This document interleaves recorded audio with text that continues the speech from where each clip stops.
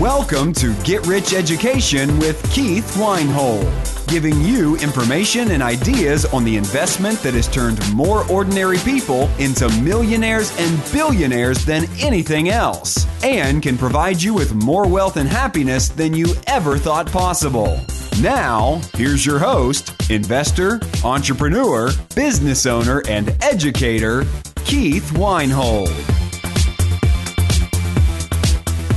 Welcome to Get Rich Education, episode 51. I'm your host, Keith Weinhold, and I'm back to help make you more successful than me, faster than me.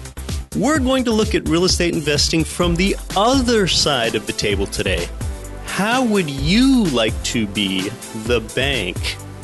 Yeah, being well-versed in investing means being able to evaluate investments objectively, to look at investments through different lenses and at different angles. And there are just so many investing vehicles that you can use with real estate. And today's angle of mortgage note investing is one that you probably haven't considered previously. Now, during certain periods of a market cycle, one investment might make more sense than another. That's why now, late 2015 and into 2016, mortgage note investing could make a lot of sense for you. Cap rates on income property just continue to fall as people are willing to pay more money for a property that produces the same amount of income that it did a few years ago. Okay, and since a cap rate, again, that is a property's income production divided by its sale price, and now investors are paying higher sale prices for that same amount of income, well, that results in that falling cap rate, which is less profitable for you. That's why I'm highly selective in bringing you a Mid-South Home Buyers in Memphis or a Maverick Investor Group where they hand select the best U.S. markets, because otherwise a lot of the best deals are just drying up as cap rates get squeezed and driven down in a lot of markets. Now, an alternative is where you can be the bank. Okay, basically, you can be the lender rather than the borrower, still get a good rate of return, and be hedged in the event of a market dip. So rather than looking at real estate from the equity side like we usually do, you're looking at it 180 degrees differently in a sense today, where we're going to go ahead and look at the debt side. So you're the one making the loan to someone else. Now, why would you want to do that? Well, you're going to meet my best known resource for explaining why you might want to be a mortgage note investor, what mortgage notes are, and how my guest can help you get started and do it right now. As a real estate developer, investor, syndicator, and broker, David Campbell has been a principal or key advisor to over $800 million worth of real estate transactions, and he's been all over the spectrum. That includes apartments, office, retail, winery, hospitality, condo conversion, and production home building. David has served on the advisory board for many companies and government agencies. His current and past consulting clients include real estate development companies and hedge funds with projects in excess of $10 billion. David Campbell has been interviewed and featured in numerous publications. He's a frequent keynote speaker at real estate investing clubs and investment seminars. You might have seen David if you've been to some of those, because David's in high demand as a guest speaker at numerous investor clubs, radio shows, and universities. And David is a former high school band director turned mega successful real estate investor. I'm really happy to have him today. Welcome to Get Rich Education, David Campbell. Keith, I'm so excited to meet myself. That was such a great introduction. Hope you like yourself. So, listeners, David, he's just been a really good resource for me since I've been introduced to him, because he has such well-rounded experience in so many aspects of real estate. About 2.5 years ago, I was going through a big transaction, a 1031 exchange, and I just gave David a call just kind of as a second opinion to see what he thought of the deal. So he's just been such a good resource. David, what have you been up to lately? Well, Keith, I've been really paying attention to market cycles. So, as an investor who's been doing this a while, we had a great run up in the market, in the late 90s, early 2000s, and then the late 2000s real estate crash really negatively impacted my personal life and my financial life quite considerably. And having gone through a market boom and a bust, I am hypersensitive to trying to steer clear of the next market correction. So very much trying to keep my finger on the heart of the market cycle and try to make smart real estate and investing decisions through this next market cycle. Yeah, see, it's really easy, listeners, to be sunny and optimistic when real estate's been rising year after year like it has been. It could run ahead for a while, but a while is going to come to an end at some point. And with David's experience, he's been through market cycles, so he knows when to act during when one might sense a dip. So, David, one thing I know that you've been doing is maybe not doing as many equity investments where you're putting a down payment on a turnkey like property. So instead of being on the equity side and investing from the equity side, you found a way to invest from the debt side. Can you tell us a little bit about that? Absolutely. Absolutely. So although I love owning real estate is primarily going to help you make money in an upwardly trending or sideways trending market. But in a downwardly trending market, which we're not there yet, but I just want to be in position to prepare myself from a potential market correction. I want to be the lender. I want to be the debt holder on that property, with a borrower putting a significant down payment on that property, so that if we do have a market price correction, I've got that borrower's down payment as protective equity against my investment. And so, for example, here we are in 2015, where it's a seller's market in many markets, and it's harder to get attractive cap rates than it used to.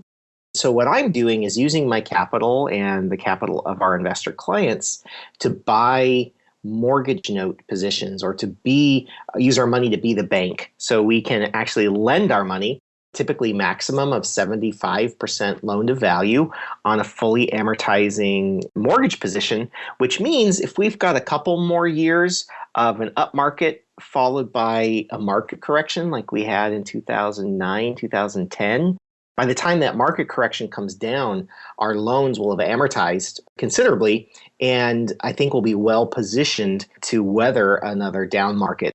It's possible that if we are loaning well, we're making a very strong yield. 10% yield is pretty common for us in our mortgage positions. And if we lend well, then we'll make our 10% yield for a number of years. And if we wind up owning the property through foreclosure, which is unlikely, most mortgage notes do perform. But if we do wind up owning that property, we're owning it for 50, 60, 70 cents on the dollar relative to today's market position. And so I think that's smart from an income perspective, from a yield perspective, and a risk mitigation perspective. And that's why you see a real estate investor like myself singing the song about first position mortgage notes, which is kind of boring. It's kind of simple. It's like watching the grass grow, but I think it's the place to be in this market. Yeah, and it's probably pretty stable. Now, before we're done here, David and I are going to talk about how you, the listener, can get in and be a lender rather than being the borrower, and how you can benefit from that. But first of all, just to clarify, so we're talking about what this is called here, David. We're talking about mortgage note investing, aka seller financing, or are there some other names for this vehicle? There sure are. Yeah, there's a lot of names that kind of are synonymous. There's slight technical differences, but some good names would be hard money lending, private lending, deed of trust investing, seller financing. One of the technical differences is there is a note, which is the promise to pay. Anyone can make a promise, but I, as a smart investor, want to know, am I profitable if I get repaid? And that's the interest rate. Is the interest rate attractive enough to draw me in to make that loan? Number two, am I profitable if I don't get repaid? And I really genuinely want all of my borrowers to succeed. But if they don't succeed, I need to be prudent enough and shrewd enough to make sure that even if my borrower doesn't succeed, that I'm going to have the property itself be sufficient collateral to repay me and to be profitable for me as a lender. So that security instrument is sometimes called a mortgage, sometimes it's called a deed of trust. Each state sets their policy on whether they're a deed of trust state, which is the security instrument to back up that loan, to connect the promissory note to put a lien on a piece of real property. That's what the deed of trust does. A mortgage effectively does the same thing as a deed of trust, but the difference is a mortgage, to foreclose, you have to file a lawsuit. And a deed of trust, you do not. A deed of trust, you give proper notice to the borrower and to the whole world in general that the borrower has defaulted. And then the trustee in that deed of trust goes to the courthouse steps and they can sell that property without ever initiating a lawsuit. And that brings me to my first point about the types of mortgage notes that I like. And that's actually, they're not mortgages at all. They're deeds of trust. We really like owning notes that are secured by deeds of trust because the deeds of trust are cheaper, faster, and easier to foreclose upon. Okay, and just to clarify, we're talking about if you, listener, as the lender, need to go ahead and foreclose on the person that you lent that money to because they're no longer making those monthly interest payments to you for the loan that you just made to them. You have the right to go and foreclose on the property, which is your collateral in the deal. Did I summarize that well, David? That's right. Yeah. I think statistically, somewhere around 98% of mortgages in America are paid as agreed, but there's 2% of the time where the borrower doesn't pay. And in that particular situation, you want to make sure that you've got good recourse, which is the real estate. And that's the whole magic behind mortgage note investing, is you're profitable if you're repaid, which is 98% of the time statistically, and 2% of the time when you're not repaid, the property itself, the equity in the property, is the vehicle that repays your loan. Right. Okay. So you would get a lump sum payment in that case, if you want to call it that, after you take the equity that the borrower has in the property minus any of your costs to go ahead and foreclose on it. That's your profit in one lump sum. That's right. Yeah. So on a $100,000 property, a prudent lender is going to lend a maximum of $75,000 against that property. And if that property goes into foreclosure, minus the foreclosure costs and the cost of resale, maybe you're going to get back, $80,000 to maybe $95,000 on that particular sale. But because you only loaned $75,000, you come out with all of your money plus a potential profit. Right, plus any of those payments that you might have been getting each month in the meantime that they were making before they defaulted. That's exactly right. So I guess that would lead one to think, you talked about 75% loan to value loans. So that would mean me, if I'm coming as a lender to somebody, I want to have them put a 25% down payment on the property. I bring $75K that they borrow. Now, does that necessarily mean that I have to come up with $75K to do a 75% loan to value on this $100,000 home, or do I not need to come in with that much? Yeah. So as a first position lender, you're lending usually unleveraged. So all of the money that you use to make the loan is cash. Some of our clients are able to what I call arbitrage or positively arbitrage, which means maybe they own a property currently. They can refinance the money out of that property at a low interest rate, like 4.5%, 5%.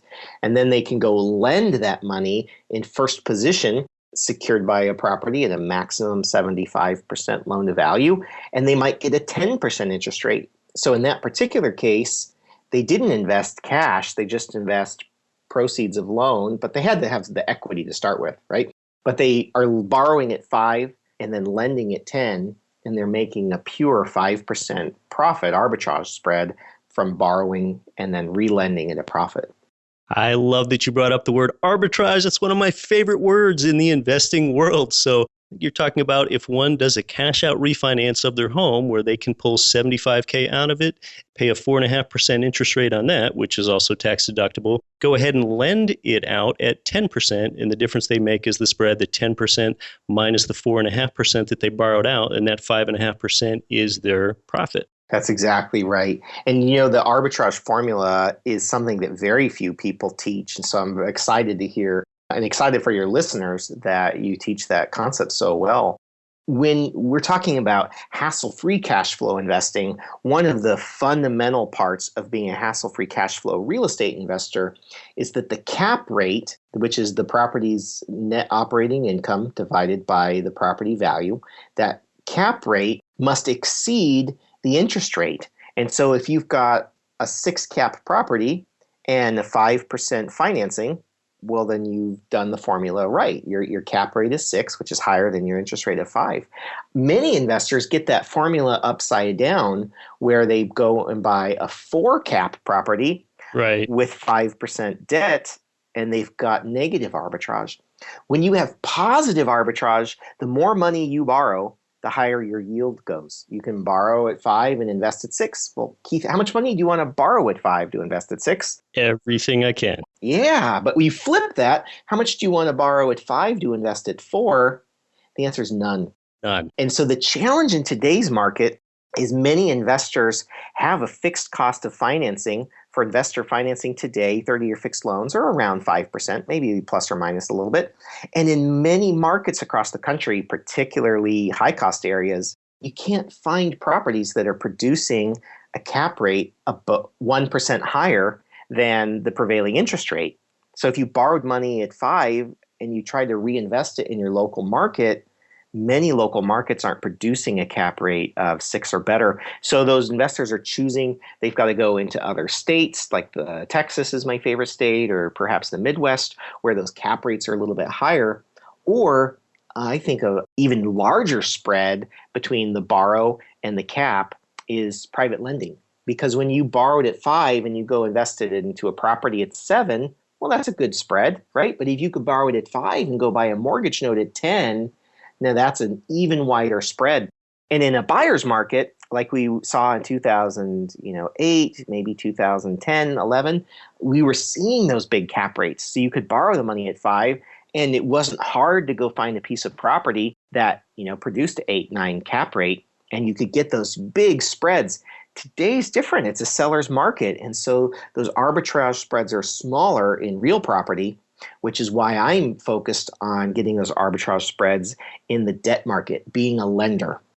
Now, I'm just still trying to come up with our compelling why as to why one would want to go ahead and do this. In the last 10 years or so, we know about something called peer-to-peer lending that's become quite popular in some circles. Companies like LendingTree and Prosper are already set up such that I can go be a lender to someone else and get preferred interest rates. So I guess how does mortgage note investing work out better for the lender than like a peer-to-peer lending company would, David? That's an excellent question. And the primary answer is when you're doing peer-to-peer lending, you're profitable if you are repaid. And if you're not repaid, you have a loss. There's no secondary recourse. You just tell the borrower, pay me again, or I'm going to say pay me. And if they don't pay you, you say, well, pay me, or I'll say pay me again. And that isn't really setting you up for success. When you are mortgage investing, if they pay you, you're happy. And if they don't pay you, you get to own the property. Right. And so that is a huge apples to oranges comparison. I can see why people do the Prosper program, but to me, it's extremely high risk relative to mortgage investing, which I think is extremely low risk. They're very different risk profiles. Yeah, so I think in short, you're telling me the difference between mortgage note investing and peer-to-peer lending is collateral. And you might be just as happy not to be repaid by the borrower as you are to be repaid by the borrower. That's right. Some investor lenders call that loan to own, that they're making a loan hoping not to get repaid back. Right. Here we are in late 2015, and, it sure seems to me, and, part of the reason I wanted to have you on the show today, David, is because in the climate that we're in today, there are a lot of economic forces that make mortgage note investing so that it makes more sense than it would at other periods of time. Part of that is that conventional financing is still difficult. It's still difficult to get a loan. So they might have to go to a private borrower like you or a listener to go ahead and get a loan because they just cannot clear those tall hurdles to getting a conventional loan anymore. So do you have a few comments on that? Or there's some other reasons why you find late 2015 to be a great time to be a mortgage note investor? I think one of the best reasons to be a mortgage note investor in 2015 is a lot of investors have equity. They bought at market lows, and congratulations, the market has done the thing that they wanted it to do, which is they bought low and then the prices are inflated. And for many investors, if they don't cash out and reposition position their equity into a safety first position, they were setting themselves up to leave that equity exposed to the next downward market cycle. And for people who have not been investing a long time, that they've been buying in 2010, 2011, I encourage them not to be naive and think that the markets will always go up. The very thing that gave this market equity to them is price fluctuations. And they were smart to buy low. And the important part of that formula is sell high. And so when you sell high, what do you do with your money, right? If the market's high, you're going to go buy high. That doesn't make sense. So you sell high and you've got to go do something with that money until the market corrects. And for me, when equities are overpriced, you buy bonds, right? That's how the stock market works. People go back and forth between stocks and bonds. And when stocks are low, people sell bonds and buy stocks. And when stocks are high, people sell stocks and they buy bonds. And in the real estate market, the equity or the stocks is the real property, right? When prices are low and the ratios between rent and purchase price is very favorable to investors, then you buy. And when that ratio breaks down and the prices are high, and you ask yourself this magic question, would I buy the property that I own? Would I purchase the property that I own at today's current prices? Right. And if the answer is yes, then keep holding it. You got a winner. And if the answer is no, what fool would pay this price for this property? Then you got to sell. Sell the property, but then you get your cash, and you can't just sit on cash. You got to get that cash doing something. To me, the answer is you turn the cash into first position. I'm going to say that again. First position deeds of trust, where if the borrower pays you, you're happy. If they don't pay you, you're getting ownership of a piece of property for pennies on the dollar. And you've protected your equity. You moved it out of a high inflated equity into another equity, right? Or into a bond, a safety first position. And that borrower's down payment is the thing that's protecting you from market fluctuations. I really like the way that you put that. When one is considering how much equity they have in a property, they need to ask themselves a question, would I buy this property today at this price or not? And if the answer is not, it usually makes a lot of sense to remove that equity from the property and go ahead and put it into either another property or a mortgage note like we're talking about right now, because there's such a huge misconception out there, and I've talked about this on my show so often, David, that somehow the presence of equity in a property helps with its appreciation rate. It has absolutely nothing to do with the appreciation rate. And I really like the way you put it about would you buy it again? So you're listening to Get Rich Education. My guest is hassle-free Cashflow Investing's David Campbell. More when we come back. I'm your host, Keith Weinhold. Cashflow real estate investors nationwide and worldwide, this is Get Rich Education's Keith Weinhold. Forbes has rated Memphis, Tennessee as the #1 cash flowing market in the world. Our good friends at Mid-South Homebuyers have been Memphis's premier turnkey real estate provider for 14 years with a stellar reputation and an A+ rating with the Better Business Bureau. Owner Terry Kerr was born and raised in Memphis. Yeah, he knows the market and has renovated and sold over 1,000 houses in the Memphis area. Find out what their many repeat buyers already know. Their houses are completely renovated, even come with a 1-year builder's warranty and a lifelong rental guarantee. They're a perfect fit for the first-time out-of-state investor or the seasoned investor diversifying their portfolio. Mid-South Homebuyers' friendly staff makes investing easy. Learn more at midsouthhomebuyers.com or give them a call at 901-217-HOME.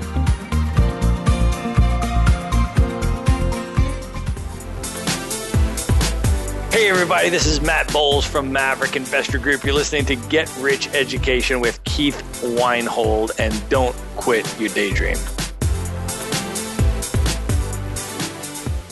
Welcome back to Get Rich Education with our feature guest, hasslefreecashflowinvesting.com's David Campbell.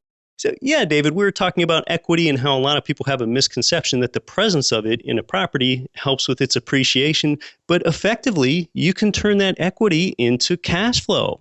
That's right. I do so many one-on-one consultations with investors who've got a very strong balance sheet. They're equity rich, and yet they still feel stuck in their day job because they don't know how to transition from a strong equity balance sheet, a very strong net worth, into a very strong cash flow position. And I think mortgage notes are an excellent transition for when an investor has planted the seeds of wealth and those seeds matured into a very strong balance sheet, a large equity, because ownership of real estate is great for building equity. And once you've got that equity, a lot of people don't know that they could trade that equity for income through mortgage notes. And there's a lot of strategies for doing that.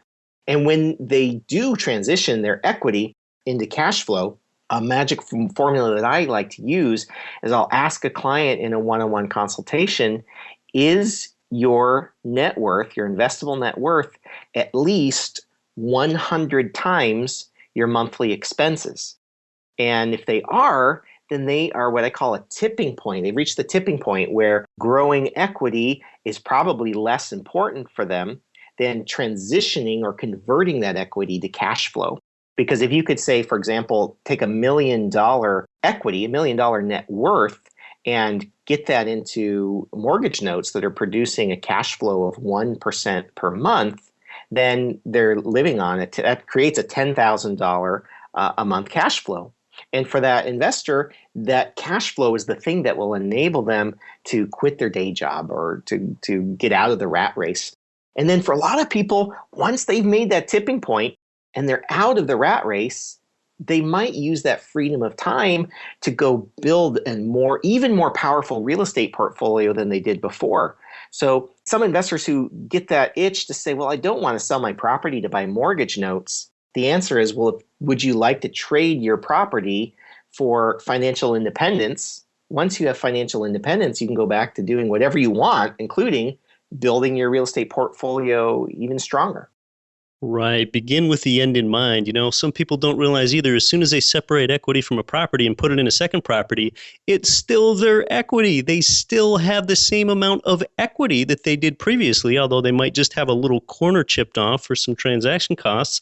But it's basically still their equity, and now they're producing monthly cash flow with it at the same time. Because, a dollar is not a dollar is not a dollar. You could have two $1 bills sitting here on this table.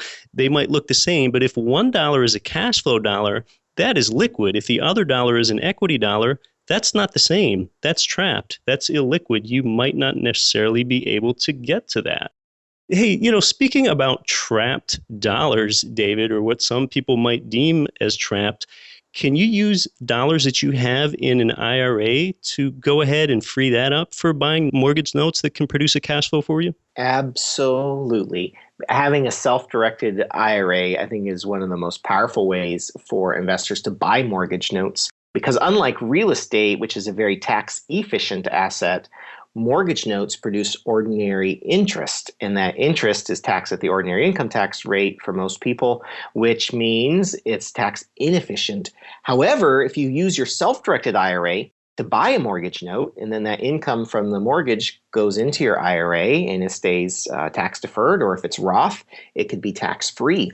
And it also brings up the point of, as a real estate investor who loves mortgage notes, it's important to balance your portfolio with the right tax efficiency.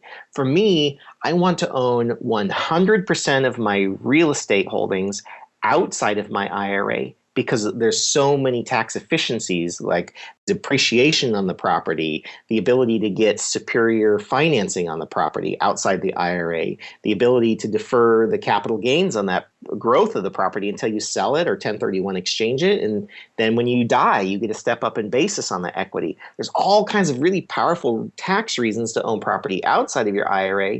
But if you buy that same real property inside of your IRA, you lose all of those magical tax efficiencies. And that's why, for me, when I'm building my self-directed IRA, 100% of my IRA is invested in mortgage notes, and 100% of my real property is outside of my IRA. And if investors get that flipped or backwards, or they try to start buying property in their IRA, I think they're going to find that that's a very tax inefficient plan.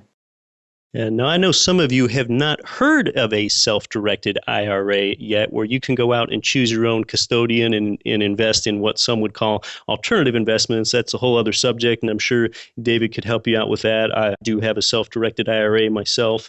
David, I guess one would really want to know next is, how do you identify mortgage notes to buy? And, how do you know what you should avoid when you're looking to buy a mortgage note and get a nice, stable return from it? That is an excellent question. And so there are lots of ways to find mortgage notes for sale, but most of those are reserved for people who have a significant, like multiple seven figures to go invest in mortgage paper. So you could go to a bank and say, hey, Mr. Banker, do you have mortgage notes for sale? And they'll give you a list of $10 million of mortgage notes to buy. And for the average investor, that's not a very realistic solution. And also the mortgage notes that banks have for sale are usually very low yield. They're producing a low rate of interest. For our business, we focus on mortgage notes where the borrower is strong. They've got a good income, a good debt to income ratio. The collateral is good. There's equity in that property protecting the lender's investment. But the borrower's credit is deficient in some way, which is the reason they're willing to pay a high rate of interest. Those are very common sense loans where the borrower has the ability to repay, the property has the ability to repay, but the bank won't do the loan, so the borrower is grateful to borrow the money at 8, 9, 10, 11% interest because no one else will do the loan but a private investor. So the hard way to go find mortgage notes is to go start a business and advertise that you do hard money lending and go get licensed and go have people call you and set up a whole retail loan origination. And that's a lot of work, right? Our company, hassle-free Cashflow Investing. How do we remove that hassle of investing? Because the simpler a process is, the more likely the investor is to succeed. And so by making the process hassle-free, we do all the work. We go out to the marketplace and we work with those borrowers. We use our own capital to lend. And then once we make those loans, we then resell them to our clients once they're already originated. Oftentimes we'll go to mortgage note servicers, people who are servicing mortgage notes. And those mortgage note servicers have people that want to sell their notes because notes are very liquid, right?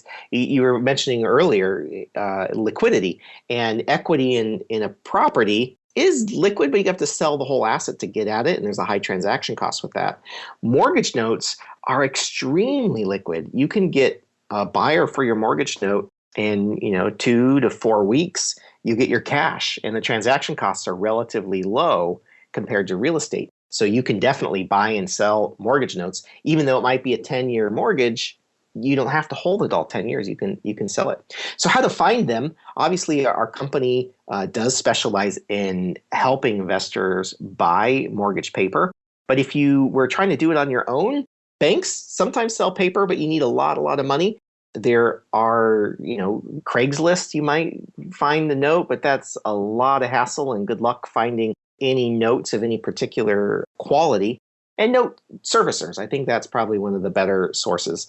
Is if you can find a company that does service private mortgages and they're willing to work with you as a buyer, they might help you find notes. But oftentimes, they're going to refer you to a brokerage house like ours that has a lot more customer service skills and the ability to help investors identify their personal investment philosophy and identify what types of notes would be most suitable for their portfolio.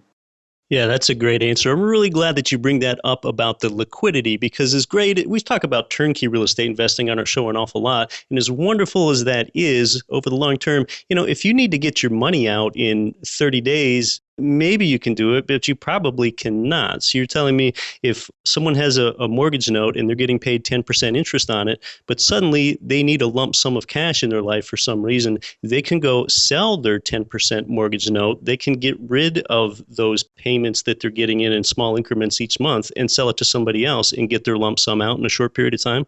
That's absolutely correct. And that's the core of our brokerage business is there's investor A wants cash flow. Investor B wants to have a lump sum of cash. And so the person who wants the lump sum trades their money for income, and then the person who has income trades it for a lump sum. And then our company acts as the intermediary between those parties. Okay. And I'm sure there's a number of it depends factors, but how quickly can one sell a note? You can sell a note if you've got a very complete, thorough file that you can send over, you can sell a note in as little as 5 business days, but more commonly is 2 to 3 weeks. That's pretty good. That's more liquid than real estate. It might take you 60 or 90 days, if you have an inspection finding and you're trying to sell a piece of real estate or something goes wrong with the appraisal. So yeah, I'm really glad that you brought up that angle. And listeners, the reason that I chose to bring David onto the show is it's not just because his company is called Hassle-Free Cash Flow Investing. It's because David articulates his stuff really well, and he makes himself so available. I mean, if you need a company to have someone help hold your hand and get started with mortgage note investing, I don't know of a better one than Hassle-Free Cash Flow Investing. Again, you can find that at hasslefreecashflowinvesting.com. Because I truly want it to be hassle-free for you. I often talk about how my favorite investor metric is not cap rate. It's not cash-on-cash return. It's not even internal rate of return. It is what is your ROTI, what is your return on time invested. And when it's hassle-free, it helps enhance that. And I love your motto, don't quit your daydream. And the real estate is a vehicle for producing the income that you want for your daydream. But for me, I started out investing in relatively lots of hassle investing. I started my own investor career as lots of hassle investing with no cash flow. And I realized really quick, well, that's not a good idea. That's a really bad company name, too. The marketing experts said that we should probably steer away from lots of cash flow. I mean, lots of hassle, no cash flow investing, right? So, for example, like houses. I made a lot of money buying houses for long term, but there's tenants and there's toilets and there's hassle and there's a lot of moving parts to owning a home, and they're relatively illiquid, and sometimes they produce cash flow and sometimes they take cash flow.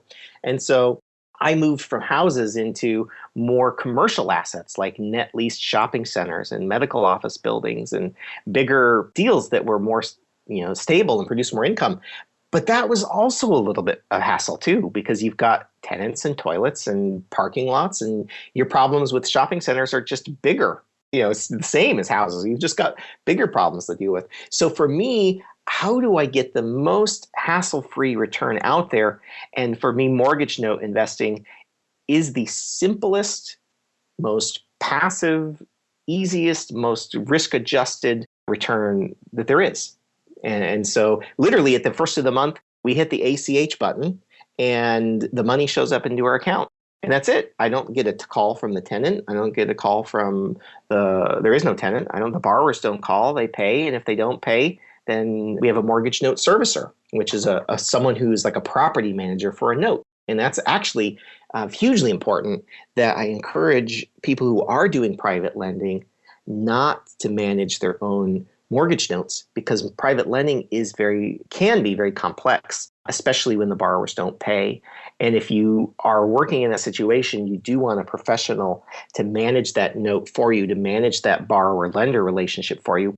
One of the reasons I really love owning mortgage notes is it's simple to hire third-party management for those mortgage notes. So there are lots of mortgage note servicing companies out there that can handle all of the tax reporting, all of the calls to borrowers and issuing the letters to borrowers and handling the notice of default if the borrower doesn't pay as agreed. And the cost of that note management is extremely low. They do a whole bunch of services on your mortgage note for a very, very low cost. And many times, especially with the mortgage notes that our company sells to our investor clients, we bill the cost of the mortgage note servicing, we bill that to the borrower. So the borrower is paying not only principal, interest, taxes, and insurance, but they also pay note servicing fee on an ongoing basis. So the investor yield is a pure, 10%. Okay, so unlike with turnkey real estate investing where the investor pays for that management, in this case, the borrower pays for it. Yeah, it's a negotiable point when you write your loan documents, but if you can get the borrower to pay it, even better. Yeah, that's great. David, I understand you have a free report that you put together so my listeners could learn more about this. I do. So I've got a free white paper called Secrets of Hassle-Free Cash Flow Lending, and you can download that report for free on my website at hasslefreecashflowinvesting.com. And also on our website, there are a number of free webinars, very extensive webinars on how to use your self-directed IRA to invest in mortgage notes. We've got a great call with a CPA who talks about the tax implications of mortgage note investing. And we've got a great call with several other mortgage note investors that are talking about the nuts and bolts and the mechanics of being a private lender. So there's a wealth of free educational information related to mortgage note investing on our site at hassle-free cashflowinvesting.com. One more time, that's hassle-free cashflowinvesting.com. David Campbell, as always, it's been valuable talking to you. It's great that we finally had you on. Thanks so much for stopping by. It was a great pleasure, and I congratulate all your listeners for tuning in to an awesome show. Well, mortgage note investing is a great niche that is misunderstood and little known, and David is the type of person that makes himself so available to help you with this. He's been doing exactly that for people like you for 10 years. Go ahead and think about it this way.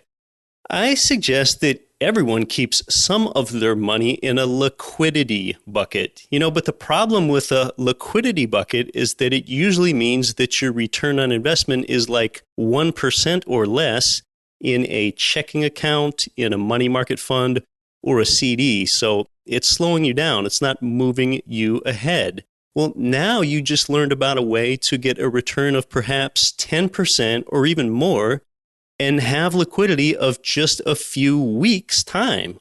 I mean, I love turnkey real estate investing, but it's not where you want to park your liquid dollars because the sale time on a turnkey real estate investment can take months, not weeks. Now, if you have other questions like, how do I ensure that I have good quality collateral in the form of that real estate that my borrower is paying interest on? Or just how do I structure this entire thing in a hassle-free way? Those are great conversation starters for David. So check out David at hassle-free-cashflowinvesting.com for that free report called Hassle-Free Cashflow Lending. Or you can just schedule a phone call there with David at that website, which is free. And boy, what a great business name, Hassle-Free Cashflow Investing. I love that.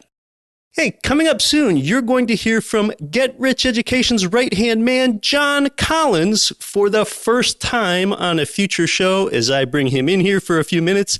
You've heard me mention John on the show every few episodes. John is GRE's business developer. I call him my right-hand man here, but more importantly, when you consider that you are the average of the 5 people that you spend the most time with, you'll see why I'm proud to consider John my best friend. In fact, John is the one that introduced me to David Campbell a few years ago. Hey, well, special thanks today to the talented David Campbell. If you liked our discussion and you want to continue it with David, one more time, check him out at hassle-free-cashflowinvesting.com. Next week, we're going to talk about something that you probably care about as a Get Rich Education listener, and that subject is your money and actionable ways to increase your personal cash flow with very little effort. Until then, don't quit your daydream.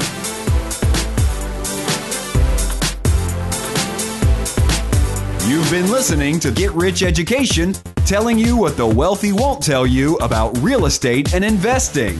If you enjoyed the show, please take a minute to visit iTunes and leave your comments.